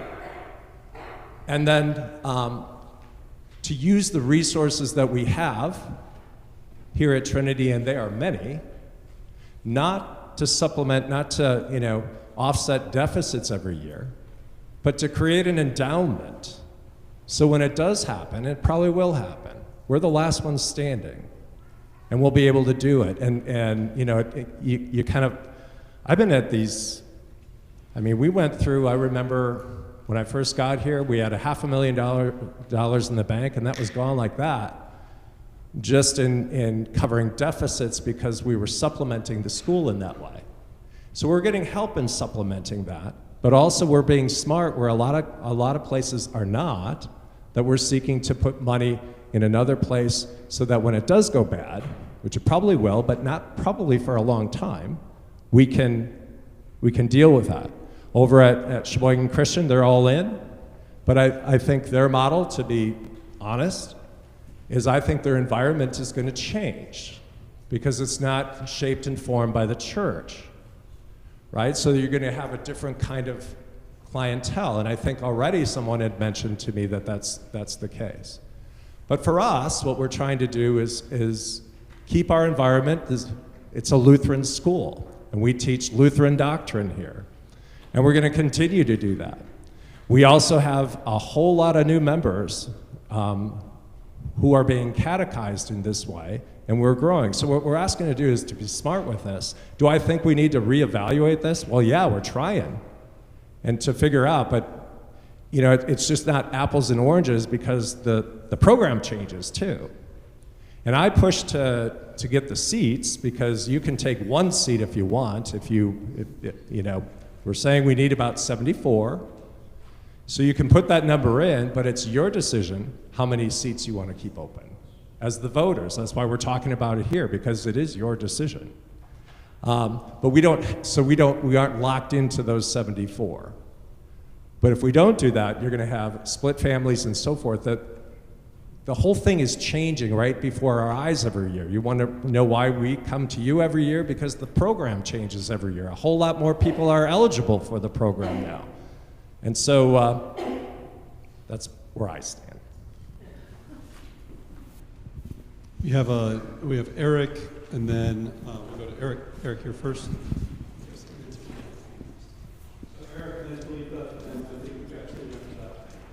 So I agree with much of what was said in terms of the numbers, and I guess I have a question. What is the current enrollment of our school? 162, 163? Okay, and what is the projected enrollment for next year? Regardless of voucher seats, what is the projected enrollment?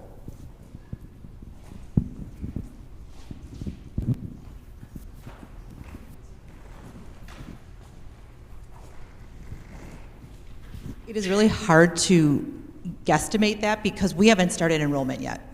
And that's kind of it's hard for us to know how many seats we need because we haven't started enrollment yet. we're hoping, we're planning on 175. That is what our goal is. I've got some marketing stuff coming up, but I'm not God, I don't know how many kids are gonna be in our school. I hope we have 200, but we also know how many kids we have already that are using the vouchers. And that's what we have to protect right now, is those kids that have them and also their siblings. Do we know historically, over the last 5 years? Just a second, point of order. Well, yeah, go ahead. One question, I'll give you one. What do you say order as well? Well, I have another question later, but if we don't know what it is for this year, to answer his question, do we know historically what our school registration was, say, for the last 5 or 10 years? Sure. What's our trend?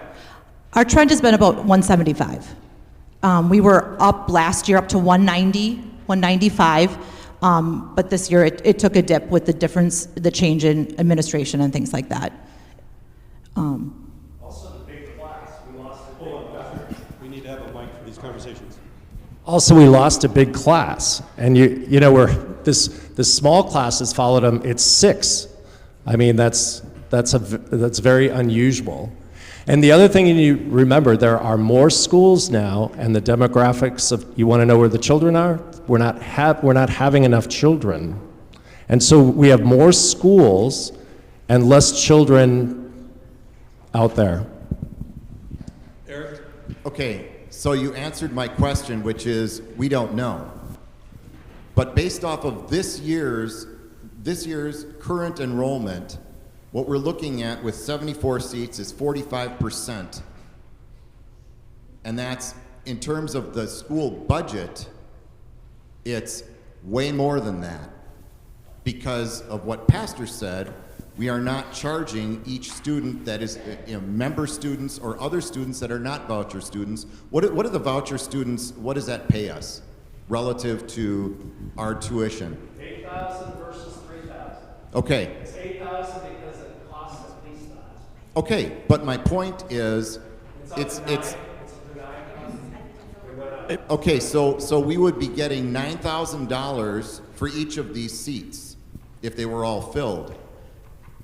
What this is telling me is that we are getting drunk on public money because we're going after the money. And it's what every school is doing. I get it, and I don't like it. And I think we have to look at, why do people want to come to Trinity, and why would we want people to come here? They should be coming here for what we are offering, not for the financial side of it. That's a secondary question. They should be coming here for pure Lutheran education. And I know it's maybe not reality, but I think we really have to focus on that. I think we're going to be taking some steps to do that. But I think in the meantime, we have to be very, very careful with how drunk we are getting on the $9,000 per voucher student versus the $3,000 per non-voucher student. And at some point, the non-voucher students, they're going to say, what's going on here? And when it goes away, we're in trouble. So, first of all, just so you know, I've got an order in my mind. I want to make it, so I have Talitha, Dr. Tomish, Tim, and John. First of all, coming from outside of the state of Wisconsin, coming from Michigan where they do not have vouchers, your Lutheran schools just die. That's the reality. There's not enough kids. We couldn't have afforded a Lutheran education in Michigan. My husband's a pastor, I was a stay-at-home mom. So we homeschooled to give our kids a Lutheran education. If we did not receive a voucher here at Trinity, we would not be at Trinity at the school. We're a Lutheran family. So you have to consider not only this idea of vouchers just going to outsiders. How many people who receive vouchers are members of our congregation? And Trinity has a plan, which many schools do not have. The fact that there is an endowment started before money has even been lost That's forward thinking. Not many people, not many schools are doing something like that. So invest in your endowment. You want a solution, invest in Trinity's educational endowment, so if you lose the vouchers, you can still support the Lutheran families that are a part of your congregation that want to be at the school with a Lutheran education. It's not an either or, it's both and. We're in this either or. You either have vouchers and then your school culture is gone, or you don't and you're good, but you'll probably die at this point because you don't have the finances to support it. Okay, Tom has a comment, and it's coming to Dr. Tomesh next. I just wanted to let everybody know there's 64 seats right now. 33 out of the 64 members at Trinity. 8 of the 64 are members of other LCMS churches from the Sheboygan area. So it's a total of 41 of the 64 are actually Lutheran members, which I think is that's a pretty big number. If it was the other way around, there was like 42 people from the community at large, then that would be a problem. Next, Dr. Tomesh. Yes, I would like to make a request because every year this feels like it's a same trip to the dentist. And the request I'd make is that our pastoral staff, along with our new principal, look at this to stay within the guidelines of what Kevin suggested. We have a policy. This is an exception given the way the numbers are going through the system. So I understand that. I also think that the last speaker is onto something.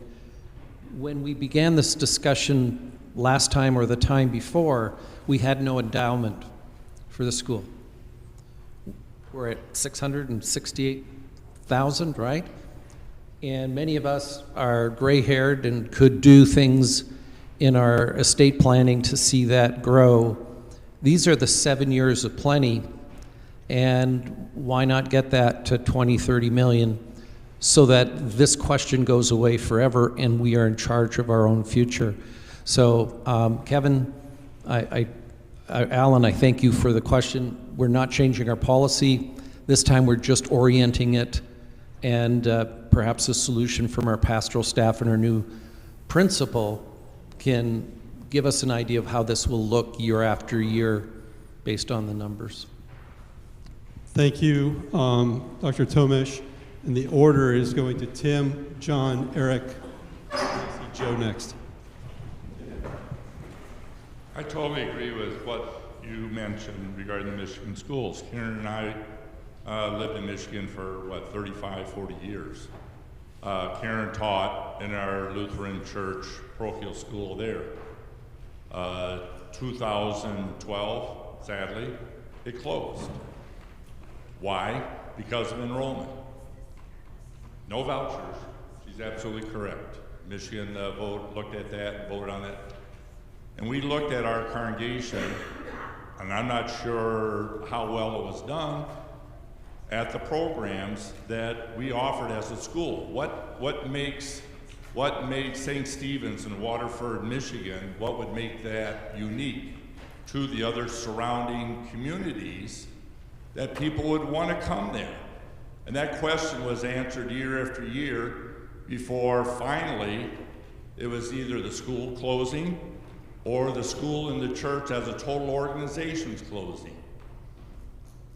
Personally, I see the vouchers, especially what Eric said I think was correct as well.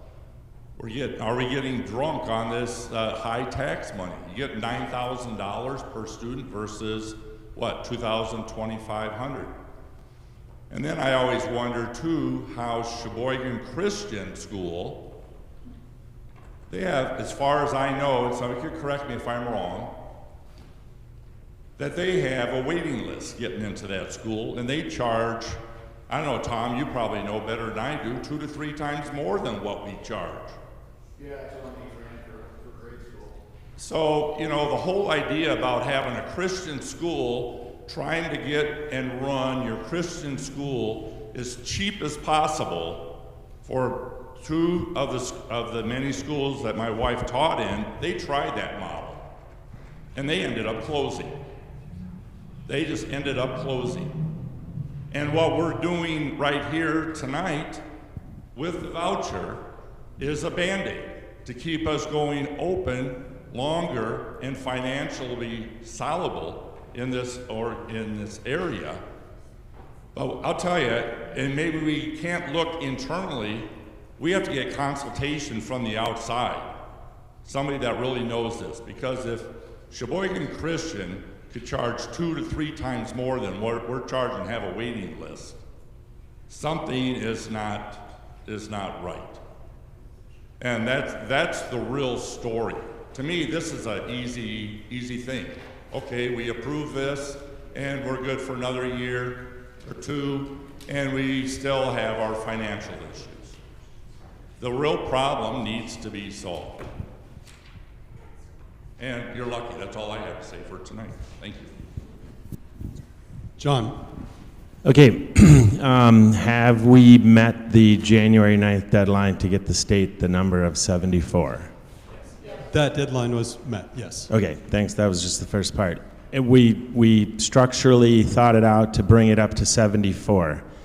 What is the thought of, we don't know yet of what our enrollment's going to be for next year, although we set the voucher at 74 seats. It's too late because the 9th has passed, but for next year, just try 1 year of not having a limit to see what that does. Are we limiting ourselves because we get families and say we only have this many seats for a voucher? So are we turning potentially people away? When we came in 2023, 2024, we came here 2 years ago or 3 years ago, that was when Dr. Raski had said that we were getting to the point where she was going to have to turn people away. That's why we increased it, because she was getting to that point where we were going to have to turn people away. I don't think we had to turn anybody away last year. No, because I was told projected would be 200, so that's why we got to 64. Yeah. Can you say that again? I'm the designee, so I go through all the applications, and when I brought up to Mrs. Raski that we were getting close to going over, she said, but it goes by our projected, and we were projecting 200. We ended up with 160 some, so that's why we're over for this year. But now we need so many to fill what seats we have already with current children. Okay, Becky? I just had a family that came in on Monday for a visit. They're a prospective 3K family, but every time I've had a family come in, school choice vouchers is #1 on their list. Do you participate? Is it available? And of course, I said our church, sets the limit at 30%, so we'll have to see if that would apply and things like that. But that is something that is, because it's so publicized, that's one of the first questions they do ask. I'm not sure if this was, I think for context, I'm not sure if this was mentioned before. What is the makeup of the reason for adding 12 seats from the 62 to 74? Can you give us a little context on that? And then I have Eric and Joe.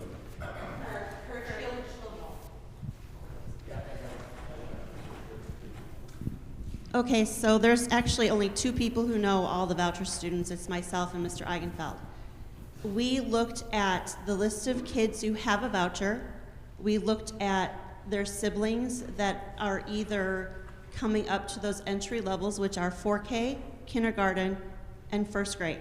Those are our only entry levels. And we also looked at staff kids who will be joining our school. And then we looked at any kids that, I also do the free and reduced lunch program. So I have access to people that are lower income, and I looked at those to see if they had siblings that would be coming to Trinity, and that's where we got that number. Thanks for that context. Next, Eric, and I have Joe after that. Are there others that have questions brewing? Okay, it'll be just Eric and Joe for now. So first of all, it's very disappointing, and it's just a feeling to hear that one of the first questions that people ask when they come to visit our school is, can I get a voucher? Because I'm hoping that they're coming here for what is offered here, which is not necessarily measured in money. That's just a feeling. I really appreciate what Talitha said about, you know, our current congregation members and staff. And if, I guess, I still have the concern, as I mentioned before, about the amount of money, and that we, you know, when we become, or any congregation becomes dependent on it, when it goes away, there's bad things that can happen. And to counteract that, I really appreciate what we're doing with the endowment. And if we are able to take any of those voucher dollars and put them toward endowment, I think that's a very good thing. Is there a way, with whatever number of voucher seats we have reserved, is there a way for us to manage internally the usage of those vouchers for congregation members, staff members, and not use it just to say, well, we're just going to get the numbers of new people off the streets?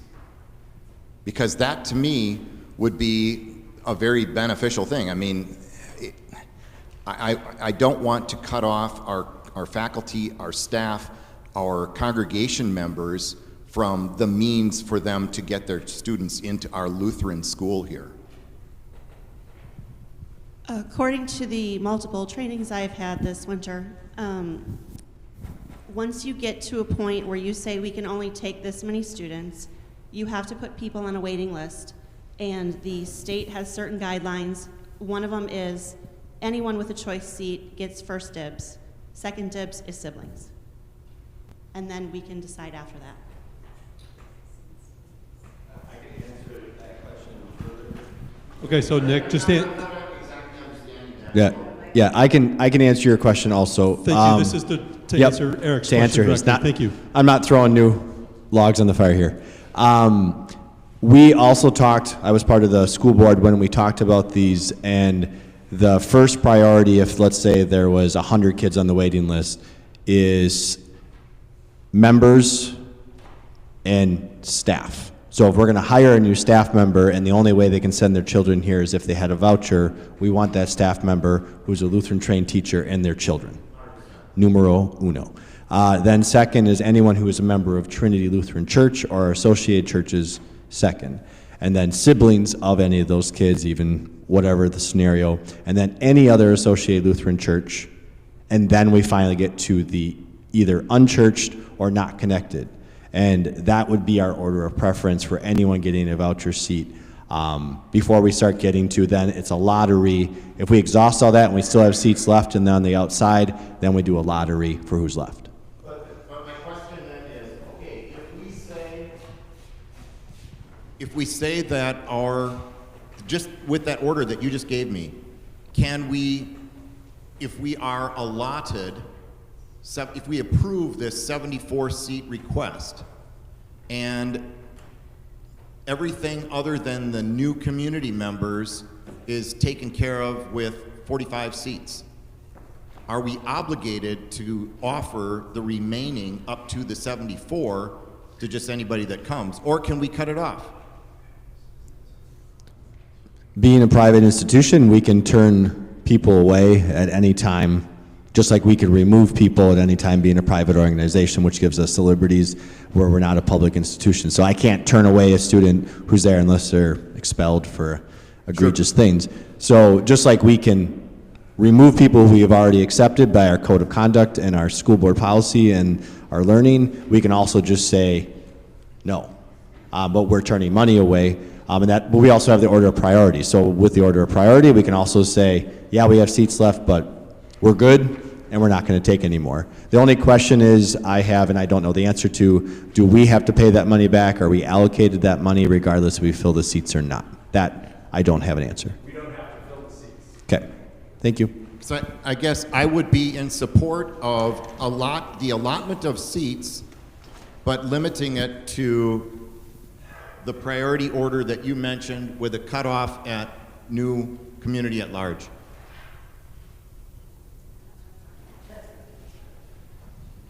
Next comment would be Joe here.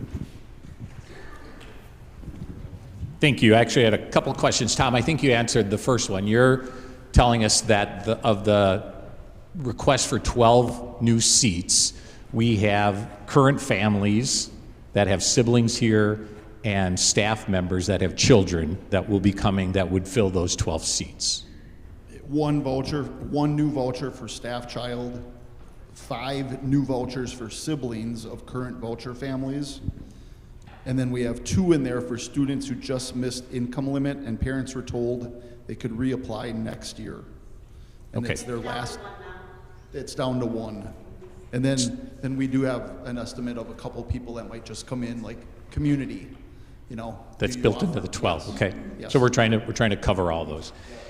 Is there any anticipated staff increases or facility expansion needs that we're going to have by having these 12 additional students in our school? No.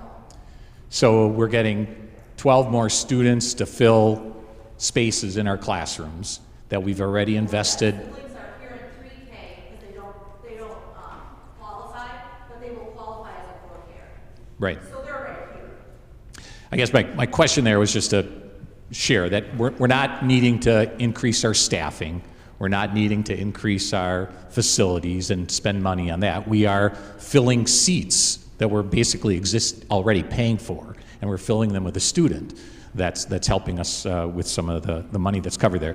I think one of the reasons as well, and I'll just share a little background, one of the reasons why I think families are coming when they're in 3K and asking about the voucher program is because an increasing majority of Wisconsinites and American citizens are saying, you know what, I should control the decision in regard to how my tax money is going to be spent for my kids' education. And I shouldn't have government telling me that the $8,000 that they're allocating for my kids' decision should be mandated to go to a public school. Give me the right as an individual, as a free family, to make that decision. And more Wisconsinites are choosing that. And they're saying, you know what, I want to have the ability, I pay taxes, I don't think I should be told I have to go to a public school. I want to use it to go to the school of my choice. And so that popularity of the program, regardless of it being Trinity and a Lutheran program, or they want to send their son or daughter to some other educational opportunity, they have the freedom of choice to make that under the voucher program. And that's really what the political or the government decision is before all of us as citizens of this state on the program. This is a government created and government controlled program, but our government and those decisions are controlled by us. And so if you support the concept of allowing families to have the choice as to where their tax dollars should go for their kids' education, then you should learn more about the voucher program and learn more about how you could support individuals running for office that support the voucher program. If you think that your tax money should be mandated, that it has to be used for your child to go to a public school, then there's a choice that you can make there at the ballot box as well. I will share that the upcoming April state Supreme Court election could have a major impact on the voucher program. There is a goal of opponents of the voucher program to turn the court even more strongly against our ability to choose to use our tax dollars as we'd like. So if you're interested in the voucher program, you might want to look at the Supreme Court race. And then I think it's fair to say that one of the key issues in the state's governor's election in November of this year, and control of the majorities of the 2 legislatures, the voucher program will be a big issue. And there is one party that would like to take away the voucher program. There's one party that would actually like to expand it, where every citizen would have the right to decide how their money's going to be spent. And that's an issue that if you're interested in, you should learn more about and decide if you're going to become involved in those decisions in the upcoming elections. Thank you, Joe. I have next in line Daryl and then Ellen. Yeah, just a couple things. I guess it's irrelevant why somebody walks into this church. It should be our intent to keep them here, because whether it's because of the voucher money or whether they're a Missouri Synod Lutheran congregant somewhere else, it doesn't matter. Once we get them in the doors, we should want to keep them here. And even if they don't ultimately become a member of the church, we're still spreading. I mean, I got to read the message. The Trinity is dedicated to the proclamation of the gospel of Jesus Christ within and through its church and school. We're still doing that through the children. They're still going home and talking to their parents. So get them in the door. We should keep them here. To the point of Sheboygan Christian, I mean, part of their enrollment numbers have to do with, their vouchers, but they're also non-denominational. They also have an awesome gym. They've got a better facility than we do, so that's going to help with their numbers. But if we can keep our numbers up and get our tax dollars flowing back into this school, we can build our endowment and hopefully do the things that we want to do. One day it could go away, yes, absolutely, but we just got to have faith that we'll be able to recover from it. Honestly, right now, if it went away, we'd be in trouble. So adding 10 more seats, it's not going to make that big of a difference, except for the fact that we'll be able to put more money into our endowment. So it's not a question of if. Honestly, it's a question of when. So yes, let's take our taxpayer dollars and put them into our endowment and set ourselves up for success in the future and continue spreading our word as much as we can. So that's my 2 cents. Thank you, Daryl. We have Ellen. I call the question. We have a motion to call the question. Do I have a second? Second. All in favor say aye. Aye. Opposed, nay. Okay, the question is called. We have a motion on the table then for the recommendation, and the motion is to approve that Trinity Lutheran School fill the 74 voucher seats, or could fill up to that many voucher seats for the 2026-27 school year. All in favor of this motion say aye. Aye. Opposed, nay. Nay. Motion carries. Thank you. I dare ask the question, is there any other new business? Seeing none, I will do one better than I did in September. We will actually attempt to adjourn this meeting, something we missed last time. Yeah, I just thought I'd come clean on that. Do I have a motion to adjourn this meeting? Thank you, John. Second, somewhere over in here. There we go. All in favor of adjourning this meeting, say aye. Aye. Opposed, nay. The meeting is adjourned, but we will close with Pastor Meck or Berg will offer. Pastor Berg, what shall we do for our closing? Lord's Prayer. Our Father, who art in heaven, hallowed be thy name. Thy kingdom come, thy will be done, on earth as it is in heaven. Give us this day our daily bread, and forgive us our trespasses, as we forgive those who trespass against us. And lead us not into temptation, but deliver us from evil. Thine is the kingdom, and the power, and the glory, forever and ever. Amen. Thank you, everyone, for your attention and time tonight. Travel safely home and stay warm this weekend.